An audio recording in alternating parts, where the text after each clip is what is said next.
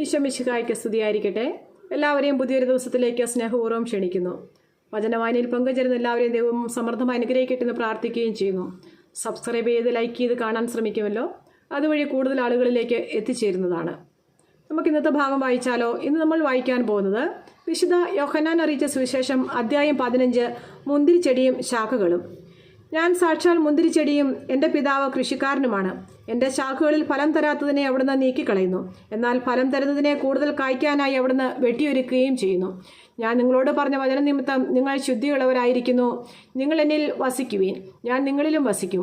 മുന്തിരിച്ചെടിയിൽ നിൽക്കാതെ ശാഖയ്ക്ക് സ്വയമേവ ഫലം പുറപ്പെടുവിക്കാൻ സാധിക്കാത്തതുപോലെ എന്നിൽ വസിക്കുന്നില്ലെങ്കിൽ നിങ്ങൾക്കും സാധിക്കുകയില്ല. ഞാൻ മുന്തിരിച്ചെടിയും നിങ്ങൾ ശാഖകളുമാണ്. ആരെന്നിലും ഞാൻ അവനിലും വസിക്കുന്നുവോ അവൻ ഏറെ ഫലങ്ങൾ പുറപ്പെടുവിക്കുന്നു. എന്നെ കൂടാതെ നിങ്ങൾക്കൊന്നും ചെയ്യാൻ കഴിയുകയില്ല. എന്നിൽ വസിക്കാത്തവൻ മുറിച്ച ശാഖ പോലെ പുറത്തെറിയപ്പെടുകയും ഉണങ്ങിപ്പോവുകയും ചെയ്യുന്നു. അത്തരം കമ്പുകൾ ശേഖരിച്ച് തീയിലിട്ട് കത്തിച്ചു കളയുവിൻ.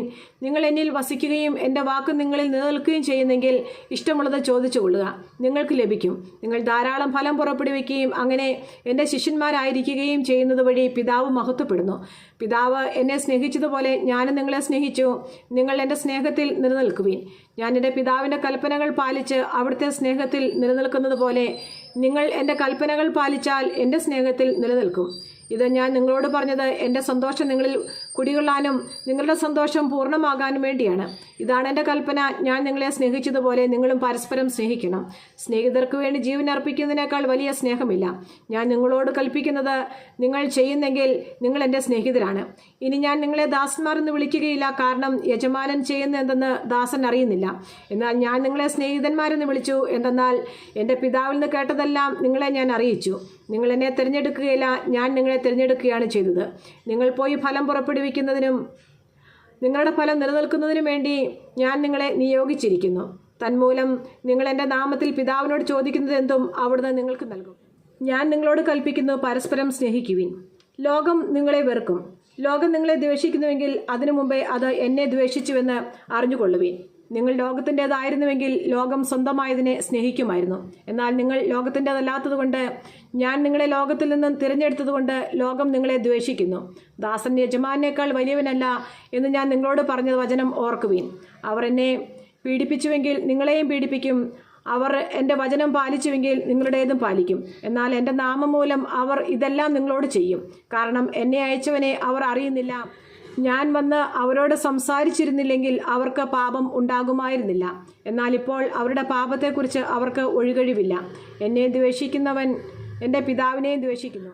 മറ്റാരും ചെയ്തിട്ടില്ലാത്ത പ്രവർത്തികൾ ഞാൻ അവരുടെ ഇടയിൽ ചെയ്തില്ലായിരുന്നുവെങ്കിൽ അവർക്ക് പാപം ഉണ്ടാകുമായിരുന്നില്ല. എന്നാൽ ഇപ്പോൾ അവർ എന്നെയും എൻ്റെ പിതാവിനെയും കാണുകയും ദ്വേഷിക്കുകയും ചെയ്തിരിക്കുന്നു.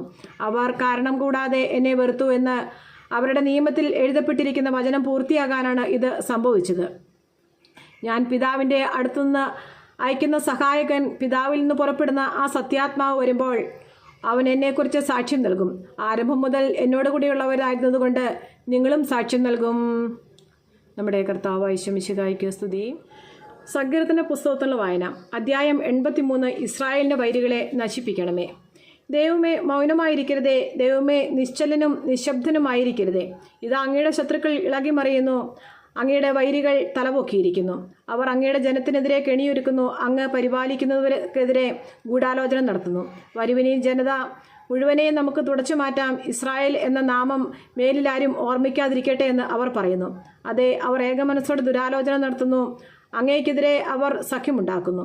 ഏദോം, ഇസ്മായേലിയർ, മൊവാബ്, ഹഗ്രിയർ, ഗേബൽ, അമ്മോൻ, അമലേക്ക്, ടയർ നിവാസികളടക്കം ഫിലിസ്തീയർ എന്നിവർ ഒത്തുചേർന്നു. ലോത്തിന്റെ മക്കളുടെ സുശക്തകരമായ അസീറിയായും അവരോട് ചേർന്നു. മേദിയക്കാരോട് ചെയ്തതുപോലെ അവരോടും ചെയ്യണമേ. കിഷോൺ നദിയിൽ വെച്ച് സിസേറയോടും യാബിനോടും ചെയ്തതുപോലെ തന്നെ അവരെ എന്തോറിൽ വെച്ച് നശിപ്പിച്ചല്ലോ. അവർ മണ്ണിന് വളമായി തീർന്നു. അവരുടെ കുലീനരെ ഓറബ്, സേബ് എന്നിവരെ പോലെയും അവരുടെ പ്രഭുക്കന്മാരെ സേബ, സൽമുന്ന എന്നിവരെ പോലെയും ആക്കണമേ. ദൈവത്തിൻ്റെ മേച്ചിൽപ്പുറങ്ങൾ നമുക്ക് കൈയടക്കാമെന്ന് അവർ പറയുന്നു. എൻ്റെ ദൈവമേ, അവരെ ചുഴലിക്കാറ്റിൽ പറക്കുന്ന പൊടി പോലെയും കാറ്റത്തു പാറുന്ന പതിര് പോലെയും ആക്കണമേ. അഗ്നി വനത്തെ വിഴുങ്ങുന്നത് പോലെയും തീജ്വാലകൾ മലകളെ ദഹിപ്പിക്കുന്നത് പോലെയും അങ്ങയുടെ കൊടുങ്കാറ്റുകൊണ്ട് അവരെ പിന്തുടരണമേ. അങ്ങയുടെ ചുഴലിക്കാറ്റ് കൊണ്ട് അവരെ പരിഭ്രമിപ്പിക്കണമേ. അവർ അങ്ങയുടെ നാമം അന്വേഷിക്കുന്നതിനു വേണ്ടി അവരുടെ മുഖം ലജ്ജ കൊണ്ട് മൂടണമേ. അവർ എന്നേക്കും ലജ്ജിച്ച് പരിഭ്രമിക്കുകയും അവമാനിതരായി നശിക്കുകയും ചെയ്യട്ടെ. കർത്താവ് എന്ന നാമം വഹിക്കുന്ന അങ്ങ് മാത്രമാണ് ഭൂമി മുഴുവനെയും ഭരിക്കുന്ന അത്യുന്നതനെന്ന് അവർ അറിയട്ടെ. ദൈവമായ കർത്താവിന് സ്തുതി.